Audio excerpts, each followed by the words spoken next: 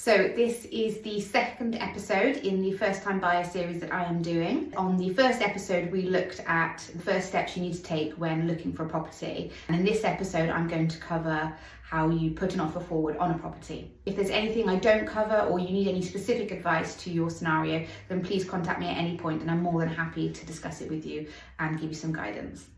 Hopefully you've taken on board the tips I gave you in the previous episode and you will already have a mortgage in principle sorted and your deposit saved up, and therefore you will be in a perfect position to make your offer.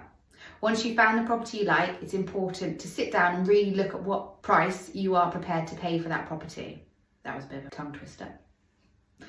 It might be the asking price, it might tick every single box for you, you might be desperate to get it, it's just come on the market. It might be, however, a property that doesn't tick all the boxes for you, but it's worth your consideration if you can get it at the right price, and only you can decide those things.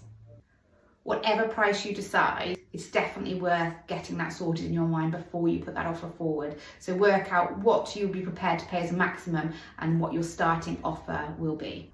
When you decide to put the offer forward, you can do that via email, via phone call, whichever suits you best. I know email works really well for a lot of people. You know, when you're at work, it's much easier to communicate via email than it is to take phone calls every 5 minutes. So either is fine with us. I can only talk to you about how I would deal with an offer as an agent. You might find that it's different elsewhere. If I receive a phone call from a first-time buyer, I do try really hard to guide that person on the process, because I know that it's a bit of a minefield if you're not used to it. And although I'm working for the vendor, I want to have a good relationship and rapport with my buyers as well to make it a nice process for everybody. So the first thing I would do is to ask who would be purchasing the property. I will take your name, and if there's a second person, I will take theirs as well. I will then ask how you'll be funding the property. As a first-time buyer, it's likely you will have a mortgage in principle and a deposit sorted, and they will be requested once an offer has been accepted, although some agents will ask for that at the time of your initial offer. I will also discuss with you whether you have a solicitor sorted out, and although it's not essential to have it at the offer stage, you will need one at some point. I will touch on that in my next episode about conveyancing. So if you put forward an asking price offer, it's obviously a very straightforward negotiation and likely a lot quicker. However, if you want to put forward a lower than asking price offer, that's completely your prerogative, and obviously lots of people do, but it would be useful to have some points ready as to where that figure has come from. If you come in at a low price, I will naturally ask you where that figure has come from, because if you want me to agree a sale to you at a lower than market value price, I need to explain to the vendors where that price has come from and why they should accept it. I work for the vendor, so I want to get them the best price as I possibly can. That's my job. I also want to get the property sold, and you want to buy it and they want to sell it. So if we can come to some kind of agreement, then absolutely we will. If the reason for you offering £15,000 below the asking price is because it needs new windows, then put that point forward. That doesn't necessarily mean get the offer agreed, but at least it goes some way to justifying that figure. Every scenario will be different. So what I would do then is to put the offer straight onto our system and send you written confirmation of the offer that you've made. I will contact the vendor at the earliest opportunity and put the offer forward, and likewise I will email them to confirm the offer that we have received. In an ideal world, I'll get hold of the vendor straight away. However, there's lots of different scenarios and it doesn't always work that way. To give you an example of some of the situations you might find yourself in, you could have a vendor that works abroad, difficult to get hold of. It might be a separation, and so you have to speak to both parties separately and get their agreement. It might be a deceased estate and there's multiple executors of the will, and therefore we need to speak to all parties concerned. Sometimes it might just be that somebody needs time to consider, they're not overly decisive, or a decision to them and they need to consider whether that figure works for them. But regardless, we will always do our best to come back to you at the earliest convenience. Once the vendor has made their decision, I will contact you and let you know whether it's been accepted or rejected. Obviously, if it's accepted, fantastic, we can take the next steps. If it's rejected, then it is completely up to you where you go from here.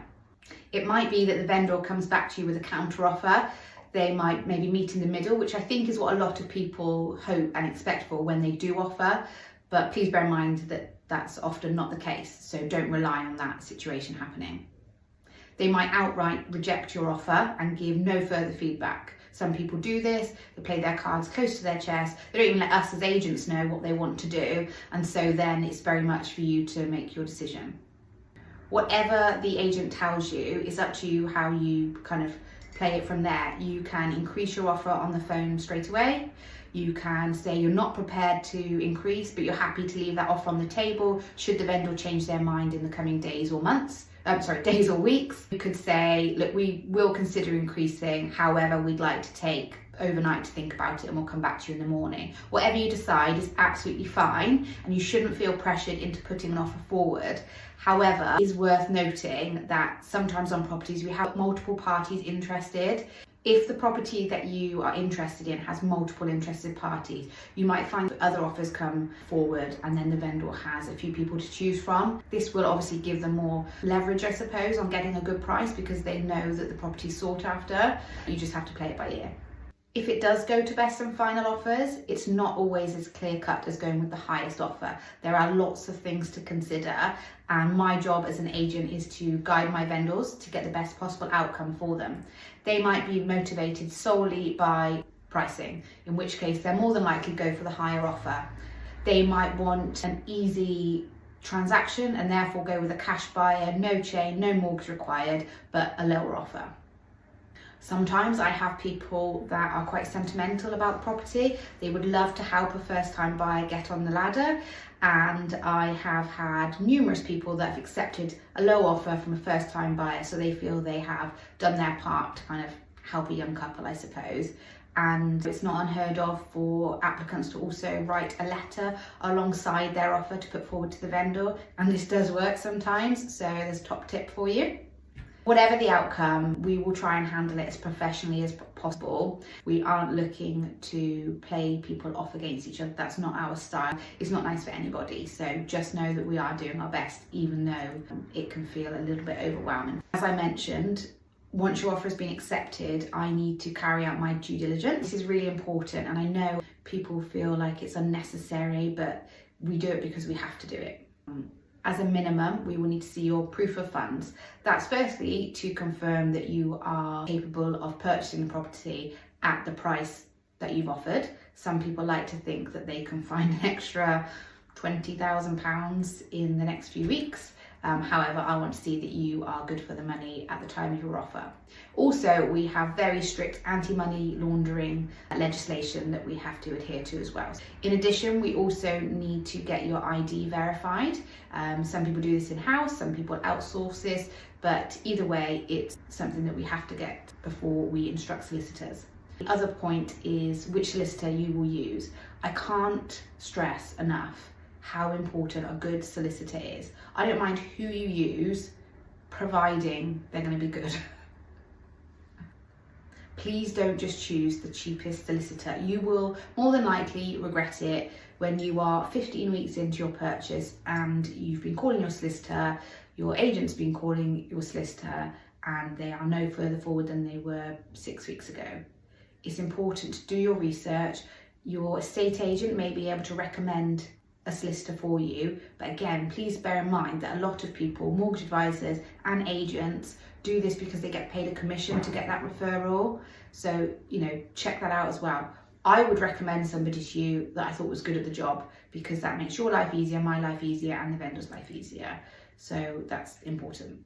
Once your agent is satisfied that they have all their proof of funds, they've got your ID certified, and you have a solicitor lined up, they will then usually mark the property as sold subject to contract, and they will send a sales memorandum to all parties involved, including solicitors. They will hopefully change the board for sold, and at this point, the property is sold subject to contract. It doesn't end there. That doesn't mean that the property is yours and that it's a done deal. Unfortunately, it's a very long process, and it's something that I will cover in depth in my next episode. As always, if you have any further questions or need some advice or guidance, give me a call at the office, follow my Instagram, or message me directly.